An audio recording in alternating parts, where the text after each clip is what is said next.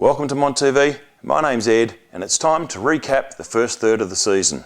We're about to go into round 7 against Heidelberg, the undefeated team of the season so far and the benchmark. So it's going to be a hard game down at Warringal Park, but obviously go Pies. The first third of the season hasn't lived up to probably the pre-season expectations. We've been competitive in nearly every game, but we just haven't had the bickies with only 2 wins. The first game against Northcote Park, well, that was a game that got away from us.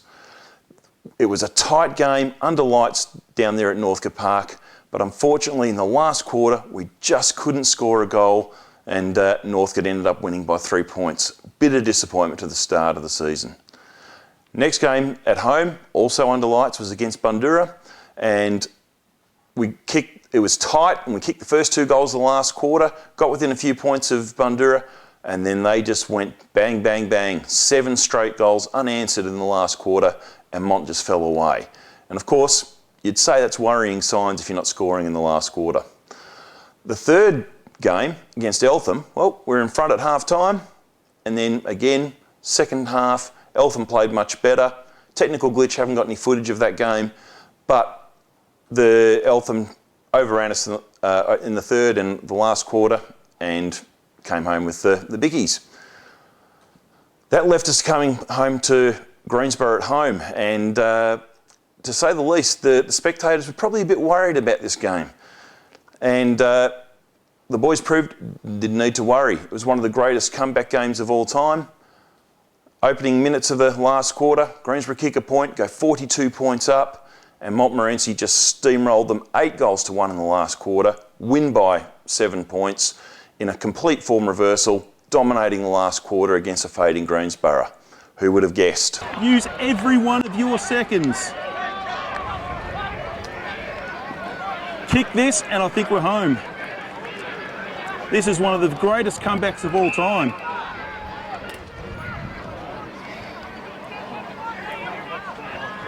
Every muscle will be aching in this heat. And there's a siren, Monty have won! Monty, you win!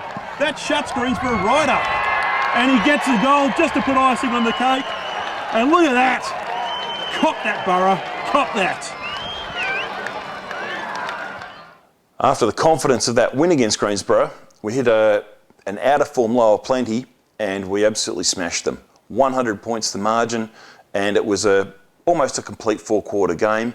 Second quarter was a bit of a stalemate, but the second half in particular was an absolute blitz. Donaldson kicked 3 late goals in a blink of an eye. Fitzgerald, well, he was just on fire. Fennell, well, he just ripped the heart out of Lower Plenty. It was a fantastic game for the club to win 2 in a row and get us, for the moment, out of the danger zone of that relegation area. So after those 2 consecutive wins, spirits were high and people were thinking we might be able to actually compete with, if not beat McLeod at home. Well, unfortunately, McLeod had other ideas. Competitive until half-time, then McLeod put the foot on the throat and ended up winning by 50 points in what was really a disappointing result for the Montmorency side. I spoke to Coach Ben Haynes after that game for an assessment of the season so far, and this is what he had to say. So Benny, mate, 6 weeks, third of the season. How do you rate it so far? Oh, look, there's been some good, there's been some bad, and there's certainly been some ugly. You know, we look back at probably the Northcote game as probably a missed opportunity. Had a few players go down early in the game, and the result, I think it was 2 or 3 points. So, you know, we're sort of a bit disappointed with that. And certainly since then, there's been some good signs. You know, there's certainly been moments in games where we've had opportunities to win. Obviously, Lower Plenty was a real plus. Probably not so much the result, but just sort of the way we went about it. We played some really good footy over a 4-quarter period, which is something we've sort of struggled to do, struggled to put forward.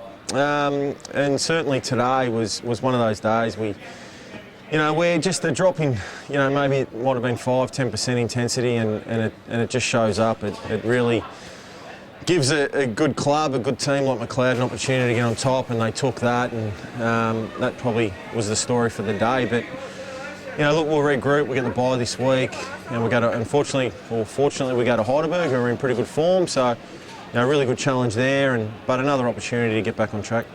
Yeah, so getting on to today's game, 21 minutes into the third quarter, it's 2 points of difference. And we just, what do you think was that dynamic change that allowed McLeod to get those rush of 3 goals? Look, certainly our intensity dropped off. Now, that was over a 4-quarter period. Our intensity, our energy levels, the way we sort of, hunted the man, hunted the opposition dropped off from previous weeks, so that told the story. But more importantly, I think our execution and our ball use was really poor. Our turnovers, I think, at least, and this is just from the game now, but I'd say at least 6 or 7 goals from turnovers really, really hurt now. When you're playing a club like McLeod, you've got to obviously take your chances, but you've got to really restrict theirs, and, at certain times we just gifted them goals. And today's game, it just seemed that neither club really wanted to take that centre corridor. Everyone was playing wide. Oh, look, yeah, it maybe just planned out that way, but, we certainly instruct our players to take the game on and take risks and, sort of play free-flowing footy. But, certainly when your execution, drops off the way it did today and our ball use was so poor, suddenly you can look really poor, and that's what McLeod made us do today. And the new players to the club, so far this year, we've seen Zorsey, we've seen Smith, other players that are coming to attention now? Yeah, look, we've got a couple of younger kids, like we're talking Colin Watson and these sort of guys. They've come in and had some exposure. Brett Zorsey's a player that obviously disappointed to go down really early round 1, but he's come back in. Second week up, he'll be certainly better for the run, but he's one that will add some real experience to the group. And Marcus Smith, look, probably first up, probably a little bit rusty, but, we saw his appetite for the contest. He's pretty hard and he runs hard and straight, so, looking forward to getting him in and, seeing what he can do the rest of the year. And then the flip side to that is you've got the old stagers like Keenan, probably having one of his better years. Yeah, look, Bomber's been really good. He's been really terrific. Today, again, another good game. Just really strong and strong over the footy. Obviously, he's been winning the footy for forever and a day now. It's something that you sort of just, you get when you come watch Montmorency. But no, he's been really good. Jesse, Benny. Look, some of our top-end guys have been playing really well. It's just a matter of trying to get 22 contributors over a game, and that's what should see us get a result. And we reached the 1/3, 2 and 4. What's the aims for the next third? Oh, look, we'll play every game. We'll take every game as it comes. I know it's a bit of a cliche, but we've just got to look what's in front of us, and that's obviously the bye now, chance to freshen up, and we've got a few sore boys, so a chance to get them back on track, and then it's Heidelberg. It's a really even comp. It's a good comp to be involved in, where, it doesn't matter whether you're sitting first or bottom. You don't front up and play your best footy. You leave yourself vulnerable. So, we won't look too far beyond the Heidelberg game. I also spoke to club president Greg Bowman about his assessment of the first 6 rounds. So, Greg, 1/3 of the season, how's the club tracking? Ed, look, we're sitting at 2 and 4, but I think you shouldn't be misled by that. I think the club's going pretty well. The 4 games that we've lost, I think we've shown signs that we are or can be a good side. And I think with some of our young guys with the development, I think we can finish off the rest of the year on a positive level. It must be an exciting time, though, seeing the new players, the young players coming through the club, though. Ed, they've come together pretty well. They're a much tighter group than what you would have seen at the club, say, 5 years ago, and I think that's a real positive for us. And I think going forward, they're going to only get tighter, know each other better, and I think that's good for the club. And the support level, beautiful day today, good crowd. How's it going so far? Off the field, we're going okay. So this stage of the year, I think we're tracking better than we were last year, and we were good last year. So off the field, I think it's going well. We've got a great team on the committee. The vice presidents, Mark Smith and Mark Cleary, are fantastic, and it's going well. And your favourite moment for yourself this season so far? Oh, I can't go past the Greensborough game. I think that gave everybody in the club a bit of belief and a bit of hope. We were hoping to see a little bit more of it today. It wasn't to be with our young side. But for mine, the Greensborough game was a sign of where we can go. And upcoming function-wise for the club? What have we got coming in the next few weeks? There's a couple of things. There's some live music on at the club tonight, actually, but won't be long before it's Mr. Monty. And of course, the main one I think we've got to focus on too is the Hall of Fame, which will be in July. Lee Adamson's doing a mountain of work there to have our second Hall of Fame induction, and we look forward to that function immensely. My personal assessment for the season so far is a little bit below pass. 2 and 4. Really should have been 3 and 3 at the very least, possibly 4 and 2, because that Eltham game was very winnable.